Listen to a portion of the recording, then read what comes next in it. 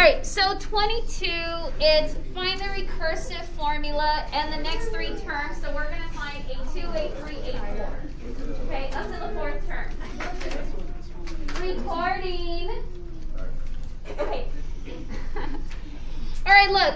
Recursive formula is different from explicit. I know it's not asking you for explicit, but just so that you guys keep seeing it, I'm going to still write the explicit, and I'll also, of course, write the recursive. Okay, so this little part, you aren't being asked to write, but I'm going to write it just so you guys see the comparison. Okay, so look, explicit formula is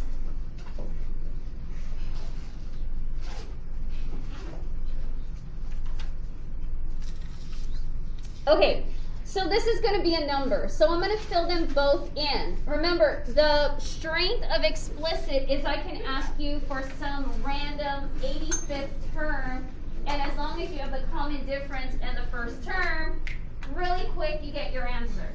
If I ask you for the 85th term of recursive, you better hope you have the 84th term value and the common difference. Otherwise, you're going to have to do all 84 of them on your own. That's horrible. So that's the downside to recursive. Okay, so if they give me the first and the common difference, explicit would be, that's like really close to the mic. Okay, unsimplified, this is explicit.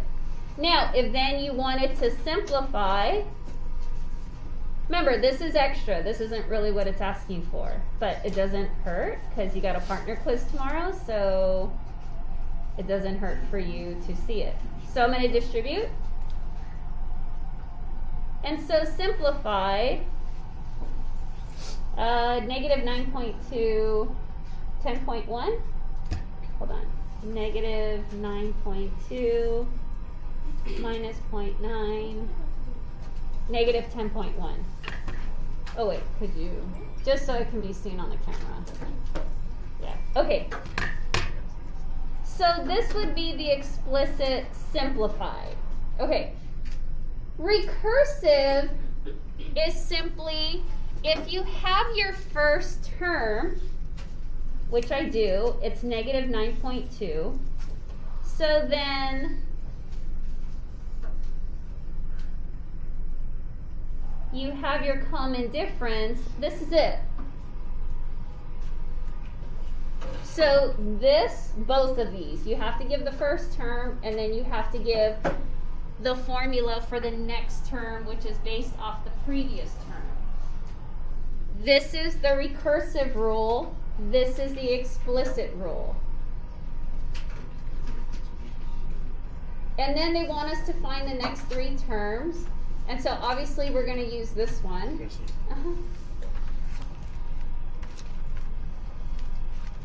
So we can use either one? Yeah. Yeah. So I'm going to just kind of move it up a little bit. All right. So they want us to find the next three terms. So I want A2, A3, A4. Now, you're welcome to substitute in here, but if you're fine with the calculator and you can do it in your head by going plus 0.9, plus 0.9, plus 0.9, but just for the sake of showing work, let me, okay, if I want to find the second term, I'm going to use the value of the first term, which is negative 9.2 plus 9/10, and that gives me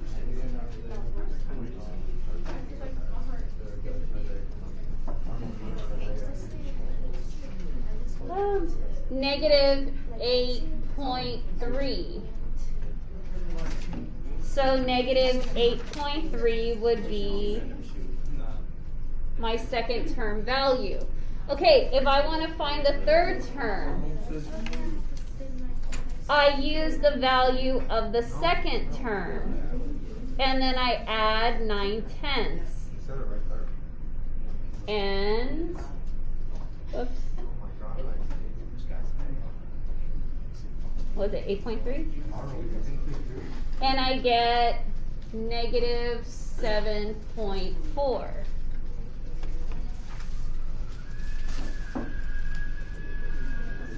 Sounds like they're torturing someone. That's a song.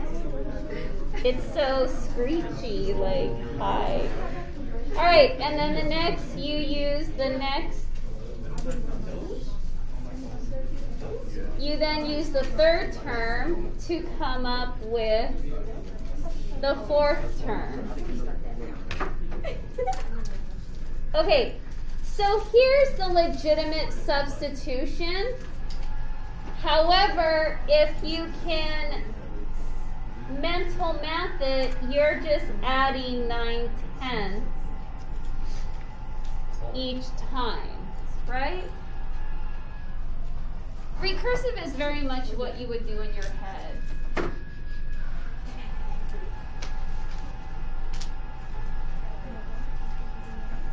Questions?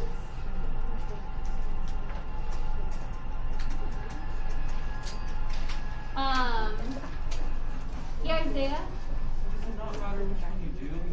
Well, okay. The directions on this one, okay, it's asking you to find the recursive formula.